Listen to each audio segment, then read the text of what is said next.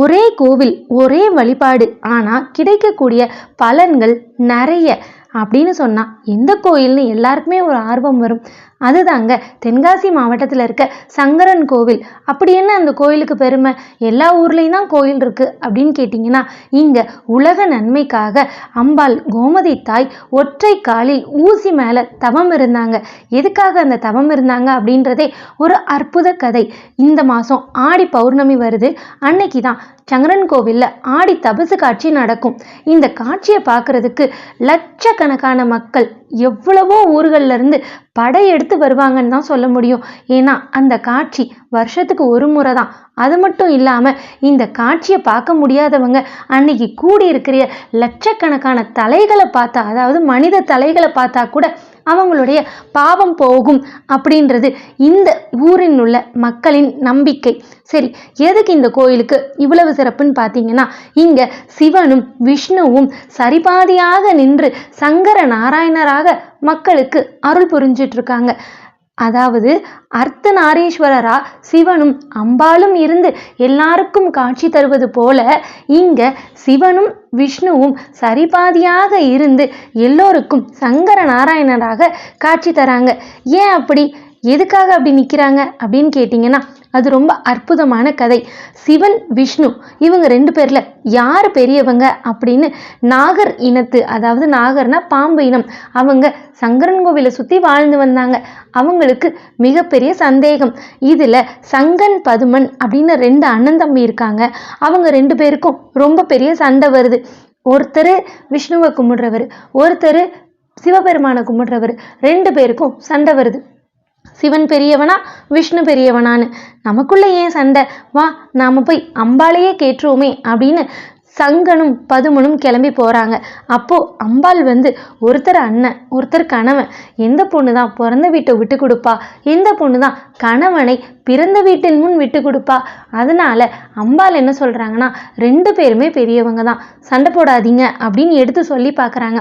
இல்லை இல்லை, நாங்கள் நம்ப மாட்டோம், அது எப்படி ரெண்டு பேரும் பெரியவங்களாக இருக்க முடியும், யாராவது ஒருத்தர் தான் பெரியவராக இருக்க முடியும் அப்படின்ற முடிவுக்கு சங்கனும் பதுமனும் வர, சரி அவசரப்படாதீங்க, நான் எம்பெருமான் ஈசன் கிட்டே கேட்டு பதில் சொல்கிறேன்னு அம்பாள் நேராக போய் சிவன் கிட்ட கேட்க, அதுக்கு சிவன் கேட்கிறாரு, கேட்கிற எல்லா கேள்விக்கும் எளிதில் பதில் கிடைத்து விட்டா அந்த கேள்விக்கு பெருமை இல்லை, கிடைக்கிற பதிலுக்கும் அர்த்தம் இல்லை, நீ போய் தவம் இரு, நிச்சயமா உன்னுடைய கேள்விக்கு பதில் கிடைக்கும்னு அனுப்பி விட்டுடுறாரு. அவ்வளவு எளிதான், எதையும் கொடுக்கக்கூடியவர் இல்லை சிவன். ஆனால் அவர் கொடுக்க தொடங்கிட்டா அது தடுக்கக்கூடிய சக்தி யாருக்குமே கிடையாது.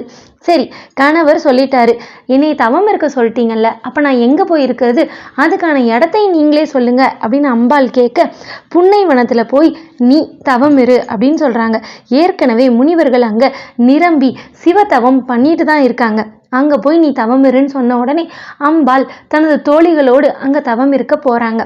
அம்பாளை மதிமுகம், அதாவது நிலவு போன்ற முகமுடையாள் அப்படின்னு சொல்கிறாங்க. அம்பாளுடைய தோழிகள் பசுவாக அம்பாளுக்கு பாதுகாப்பாக அந்த வனத்தையே, புன்னை வனத்தை சுற்றி சுற்றி வராங்க. பசுனா கோன்னு சொல்லப்படும்.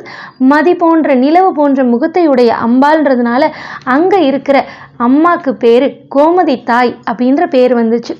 கணவன் தவம் இருக்க சொன்னதால் ஒற்றை காலில் ஊசி முனையில் தவம் இருக்க தொடங்கினார் அம்பிகை. அம்பிகையின் தவத்தை மெச்சி சிவபெருமான் ஆடி பௌர்ணமியில காட்சி கொடுக்கிறாரு புன்னைவனத்துல. எப்படி வந்தாரு தெரியுமா? சங்கர நாராயணராக வந்தாரு. ஒரு பக்கம் சிவப்பு, மறுபக்கம் ஷியாமலம், ஒரு பக்கம் கங்கை சந்திரன் சடைமுடி, மறுபக்கம் வஜ்ர மாணிக்க மகுடம், ஒரு பக்கம் மழு, மறுபக்கம் சங்கு, ஒரு பக்கம் புலித்தோல், மறுபக்கம் பீதாம்பரம், ஒரு பக்கம் ருத்ராட்ச மாலை, மறுபக்கம் துளசி மாலை. இப்படி வர பெருமாளுக்கு பதுமன் குடைப்பிடிக்க, சிவனுக்கு சங்கன் குடைப்பிடிக்கிறார். இதை பார்த்து அம்பிகை கண்குளிர வணங்கி சந்தோஷப்படுறாங்க. சரி, உன்னோட தவத்தை நான் மெச்சிட்டேன், அதுக்காக உனக்கு காட்சியும் கொடுத்தாச்சு, இப்போ உனக்கு என்ன வர வேணும்னு கேளுன்னு சொல்றாரு. தவத்துக்கு பதில் கிடைச்ச சந்தோஷத்துல அம்பிகை கேட்ட வரம் என்ன தெரியுமா?